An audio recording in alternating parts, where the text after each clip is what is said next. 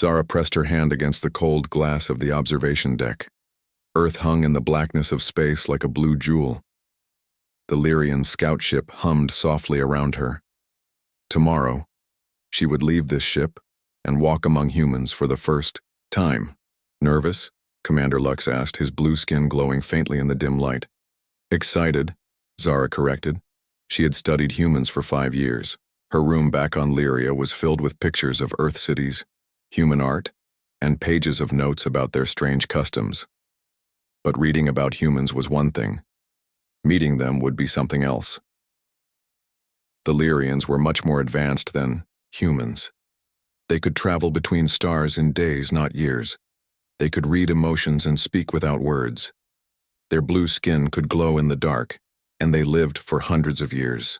For a long time, the Lyrian leaders thought humans were too wild and dangerous to meet face to face, but Zara had fought to change their minds. Humans create beautiful things, she had told the council. They love and dream and hope. We can learn from them. After many arguments, the council agreed to send one Lyrian to Earth. They picked Zara. Now, as the ship prepared to drop her in Seattle, Zara looked different. The doctors had changed her skin from blue to a soft tan color. They had dulled the glow of her eyes from bright silver to a more human-looking violet. Only a slight shimmer on her skin remained as a clue to her alien nature. "Remember," Commander Lux said, "you are a student from a small island country. You are here to learn. Do not tell anyone what you really are. Watch, listen, and report back to us. Do not get too close to any humans." Zara nodded, but her heart beat fast with excitement. In 12 hours, she would be walking on Earth. The next morning, Zara stood outside Northwest University with a student ID card that said, Zara Smith. She wore jeans and a blue sweater like the pictures in her research files showed. Her backpack held notebooks, pens, and a small device that could contact the Lyrian ship in an emergency. The campus buzzed with activity. Humans walked in every direction, talking and laughing. The sounds and smells hit Zara all at once. Being an empath, she could feel waves of emotions from the students around her: happiness, stress, excitement, worry. It made her dizzy. She took a deep breath and walked toward the main building. Her first class was Earth History. She found the right room and sat in the back watching the other students. A boy with glasses smiled at her, and a girl with bright red hair waved. Zara waved, back her heart pounding. She was really here among humans.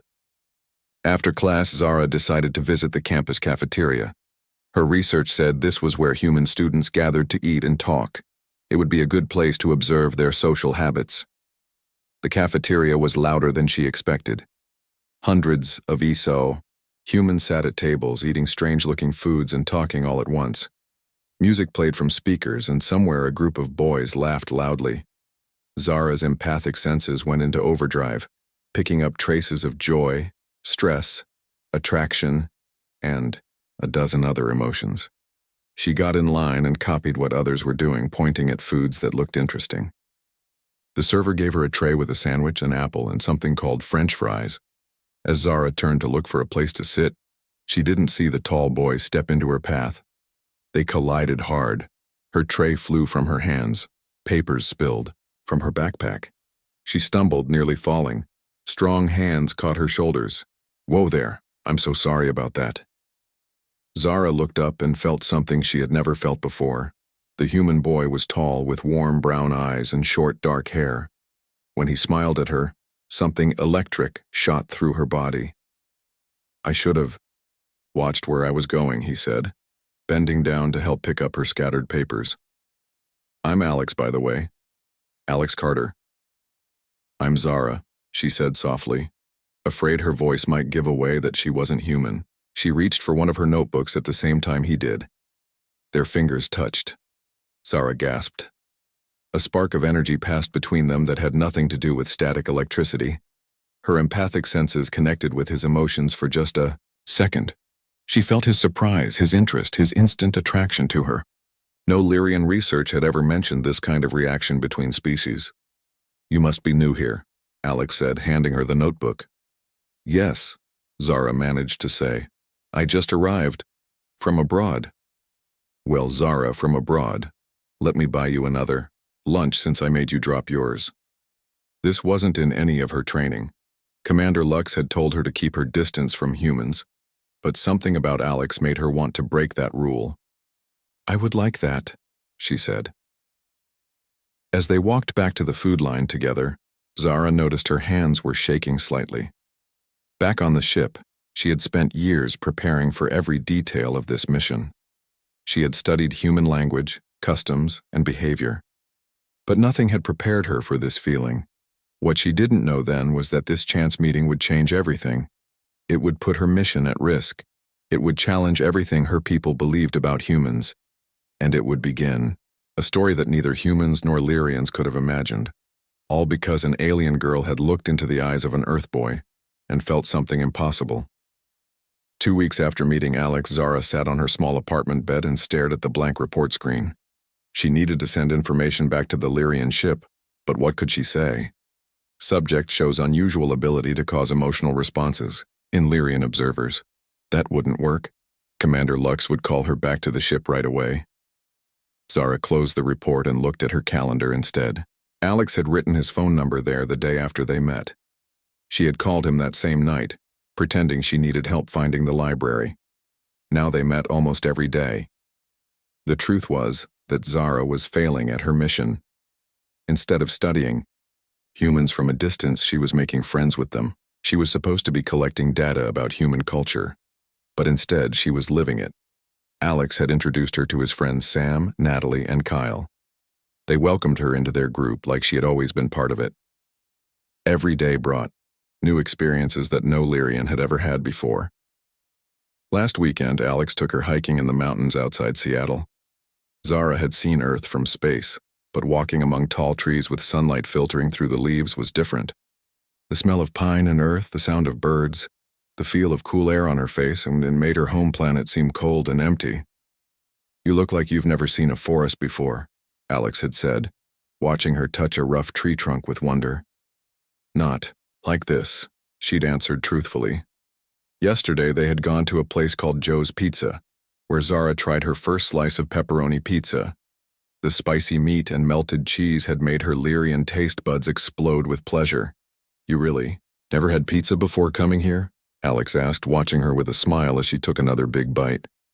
My country has very different food, she said, which wasn't exactly a lie. But Zara worried about Sam, Alex's roommate. He watched her with careful eyes. During their study group in the library last week, he had suddenly asked, "What country did you say you were from again?" "A small island nation," Zara had answered quickly, just as her training had taught her. "You probably wouldn't have heard of it." Sam had nodded, but his eyes said he didn't believe her. The lies were getting harder to tell. Every day, Zara was supposed to send reports back to the Lyrian ship, but she found herself leaving things out. She didn't mention how Alex's laugh made her heart beat faster. She didn't report how his hand touching hers sent electric feelings through her body. Feelings no Lyrian research had ever recorded between species. Worse than the lies was the problem with her disguise. The technology that made her look human sometimes failed when her emotions got too strong. Twice now, Alex had commented on the strange shimmer of her skin. "You kind of glow sometimes," he had said once while they watched the sunset from the university lawn. "Especially when you laugh." And last week, during a sad movie at Alex's apartment, she had caught her reflection in his window. Her eyes had turned back to their normal Lyrian state, bright silver and glowing, for a few seconds. Luckily, Alex had been too focused on the movie to notice. Commander Lux had been very clear. If a human suspects you are not one of them, you must return to the ship immediately. But Zara couldn't bear the thought of leaving Earth now, leaving Alex. Today was Friday, and Alex had invited her to a coffee shop to study together. Rain pounded against the windows as they sat at a small table. The smell of coffee filled the warm room and soft music played in the background. Zara had never felt so comfortable. Alex pushed a mug of hot chocolate across the table to her. His fingers brushed against hers as she took the cup, and that now familiar spark jumped between them. You know, he said, looking at her with those warm brown eyes. Sometimes I get the strangest feeling you're from much further away than just another country. Zara's heart pounded hard in her chest. Her training had prepared her for this moment. The rule was clear. Deny everything, change the subject, and if the human still suspects, disappear forever. But as she looked at Alex, at his kind face and curious eyes, Zara knew she couldn't lie to him anymore. For the first time since coming to Earth, she considered breaking every rule in the Lyrian handbook. Let's go camping this weekend, Alex suggested one day after class. There's going to be a meteor shower Saturday night. Perfect for watching from the mountains. Zara had never been camping. The idea of sleeping outdoors seemed strange, but she wanted to see the stars from Earth's surface. I'd like that, she said. Alex smiled. Great. Sam, Natalie, and Kyle are coming too. We'll leave Saturday morning. On Saturday, the 5 friends packed into Alex's old blue car and drove into the mountains. The road curved up through tall trees, and Zara pressed her face against the window, watching birds fly between branches. On Lyria, most wild areas had been replaced by cities long ago. Here on Earth, nature still ruled the mountains. They reached a small clearing by a lake in the afternoon. Kyle and Sam set up tents while Alex showed Zara how to build a fire. Natalie unpacked food from a cooler. Have you really never been camping? Alex asked as Zara carefully arranged sticks the way he showed her. No, she admitted. Where I come from, we don't do this much. Your country sounds stranger every time you mention it, Sam said, hammering a tent stake into the ground. His eyes watched Zara carefully. That night, they sat around the campfire. The sky above was clear and filled with more stars than Zara had ever seen from Earth. She knew that somewhere up there, the Lyrian ship orbited silently, waiting for her reports. She hadn't sent one in 3 days. Alex pointed out constellations. Kyle roasted marshmallows. Natalie leaned against his shoulder. It felt peaceful. Then Sam said, Your turn, Zara. Tell us something from your homeland. Zara tensed. I'm not much of a storyteller. Come on, Alex encouraged, his smile making her heart beat faster. Tell us anything. Maybe it was the emotion of the moment. Maybe it was being under the stars that reminded her of home. Or maybe her disguise technology just couldn't hold any longer. Suddenly, Zara felt a familiar tingling over her skin. Alex's eyes widened as he stared at her. Zara, your eyes are glowing. She tried to turn away, but it was too late. The firelight reflected off her skin, which now showed its natural blue color. Sam jumped to his feet. Kyle pulled Natalie behind him. And Alex just stared. What are you? He whispered, not with fear but with wonder. According to her training, Zara should press the emergency button hidden in her watch. The ship would beam her up instantly, and these humans would be left with confused memories. Instead, Zara made a choice that would change 2 worlds forever. I'm Lyrian, she said softly. My world orbits a star you call Epsilon Eridani, 10.5 light-years from Earth. The only sound was the crackling of the fire. Then Alex did something completely unexpected. He reached out and touched her cheek. His fingers traced the now visible glowing patterns on her skin. I knew you were special, he said. Just didn't realize how special. Instead of running away, Alex and his friends moved closer. Their faces showed questions, not fear. It was nothing like what the Lyrian Council had predicted. They had expected humans to panic or attack if they discovered an alien. Instead, these humans were curious and accepting. As the night grew deeper, Zara told them everything. About Lyria, about how her people had been watching Earth for decades, about her mission to study humans up close. With each new fact, she waited for them to reject her, but they didn't. So, Sam said finally, you're basically an alien anthropologist, and we're your research subjects? Zara nodded, feeling ashamed. That's the coolest thing that's ever happened to me, Kyle declared, and Natalie nodded beside him. But it was Alex's response that mattered most to Zara. He had been quiet, taking everything in. Finally, he spoke. "All this time you've been studying us," he said slowly. "But I think you've learned something your people didn't expect, haven't you?" Zara nodded, unable to speak past the lump in her throat. "You learned that we're not just subjects in an experiment," Alex continued. "We're people, capable of understanding, accepting others, and forming connections." The word connection hung in the air between them, filled with meaning. Sam, always practical, asked, "Can we see your spaceship?" Zara laughed, feeling relief wash over her. "It's in orbit, but I could show you some of my technology." She pulled out what looked like a simple pen from her pocket. With a twist of her wrist, it projected a 3D map of the solar system into the air above the fire. "Whoa!" Kyle and Natalie said together. "This is just basic Lyrian tech," Zara explained. "Children use these for school." For hours they asked questions and Zara answered. How did Lyrians travel through space? By bending space-time. How long? Did Lyrians live? About 300 Earth years. Did all Lyrians have blue skin? Yes, with different patterns. What did Lyrian music sound like? She hummed a tune that made the fire dance in response to the sound waves. By dawn, when the meteor shower had faded and the first birds began to sing, Zara knew her mission as it was planned was over. But something new and potentially more important had begun. The camping trip ended, and the 5 friends returned to Seattle with a big secret between them. For 3 days, Zara didn't hear anything from the Lyrian ship. She began to hope that maybe no one had noticed her missing reports or her disguise. Failure. Then on Wednesday morning, there was a knock at her apartment door.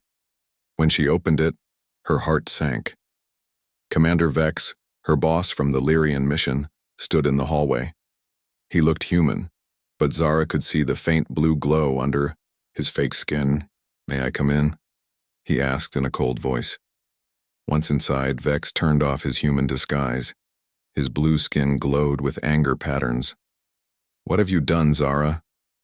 "I can explain," she began, but Vex cut her off. "Your behavior is completely unacceptable," he said. "You have broken our most important rule by revealing yourself to humans. The Council has ordered me to bring you home immediately." "What about my friends?" Zara asked, her voice shaking.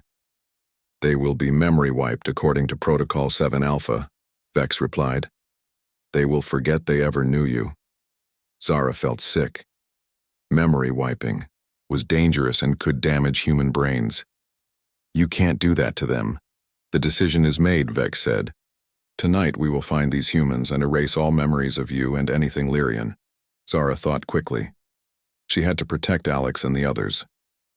"Commander, I respectfully ask for one more day," she said, standing up straighter.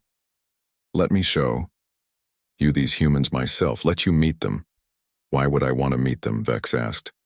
"Because they prove our research about humans is wrong," Zara said. "They didn't panic when they learned about me. They didn't attack. They wanted to learn and understand. Isn't that worth studying?" Vex was silent for a long moment. "One day," he finally agreed. "But no interference from you. I will observe them myself, and then I will decide." The next morning, Vex came to Zara's apartment wearing his human disguise again. "Take me to meet these humans," he ordered. They found Alex, Sam, Natalie, and Kyle at the university coffee shop. Zara introduced Vex as Professor Smith, a visitor from my home country. Her friends were polite, but she could tell they were nervous. They knew this might be another Lyrian.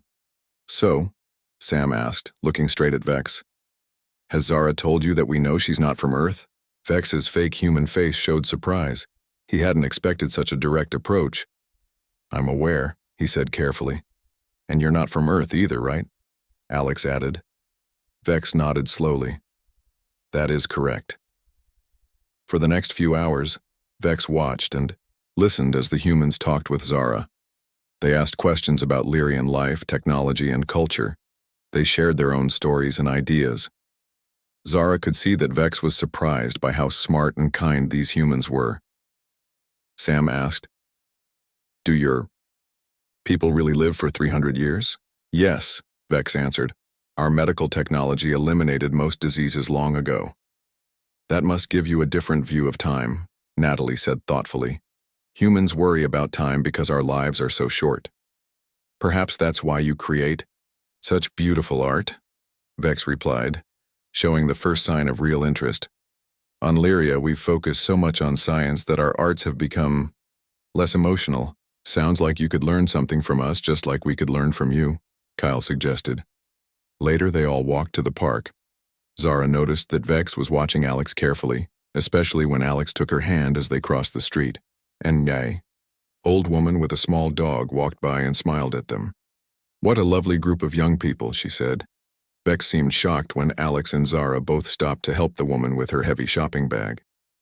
Such kindness to strangers was rare on Lyria. That evening, Vex met Zara at her apartment again. His face was serious. You were right, he admitted reluctantly, but also wrong. These humans are more ready for contact than our research suggested, but your approach was still dangerous and against our rules. What does that mean? Zara asked, her heart pounding.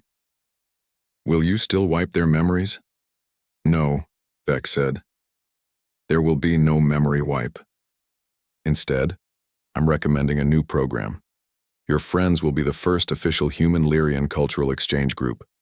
Zara could hardly believe what she was hearing.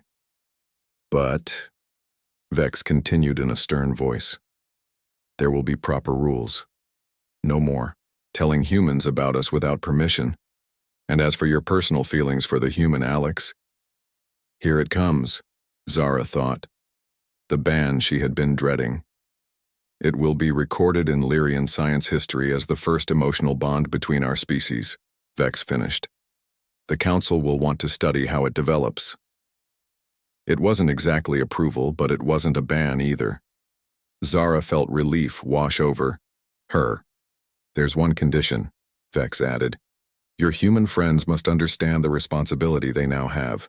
Tomorrow you will bring them to me and I will explain what their new role means. As Vex left, Zara sat down, feeling like her legs wouldn't hold her anymore.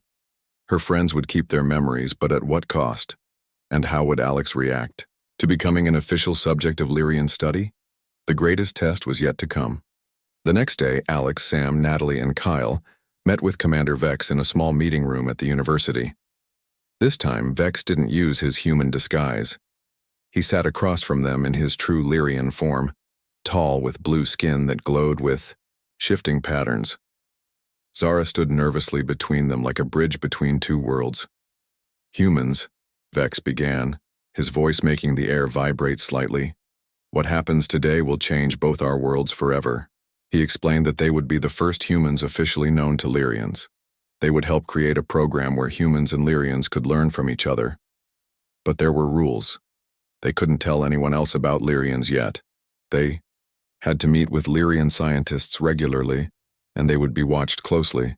You will live between worlds, Vex said, just like Zara has been doing. The room was quiet as the humans thought about this. Then Sam started asking questions about Lyrian technology. Natalie wanted to know about Lyrian art and music. Kyle asked how this would affect Earth in the future. But Alex stayed quiet, his eyes on Zara. When the others finished their questions, Alex finally spoke. What about Zara? What happens to her? Vex's skin patterns shifted in a way that showed he was uncomfortable.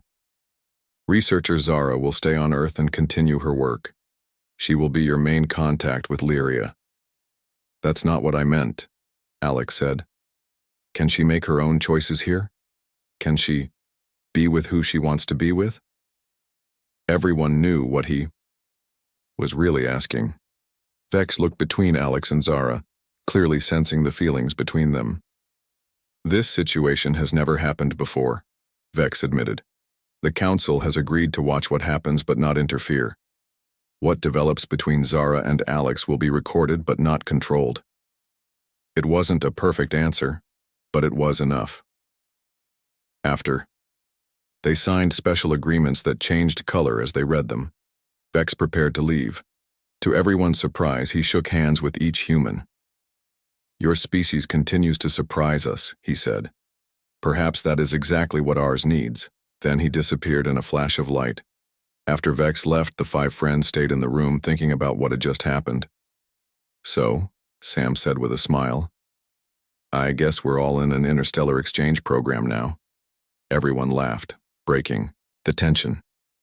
While the others talked excitedly, Alex and Zara moved to the window. "You risked everything for us," Alex said quietly. "Why?" Zara looked at the campus outside where humans walked around, not knowing that life had just changed for everyone. "My people have been trying to understand what makes humans special," she said. "Why you create such beautiful art and music. Why you care so deeply for each other. Why you dream so big even though your lives are so short." She turned to Alex, letting her disguise fall away completely.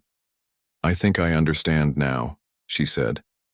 "You love deeply because life is short. You create beauty because nothing lasts forever. You dream big because you must."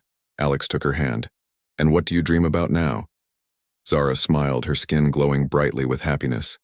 "I dream about tomorrow, and all the days after that, here on Earth, discovering what happens when our worlds truly meet." As they rejoined their friends, a new chapter was beginning. Not just for them, but for both their planets. It had started with one alien girl meeting one Earth boy. Now it would grow into something that would change the universe forever.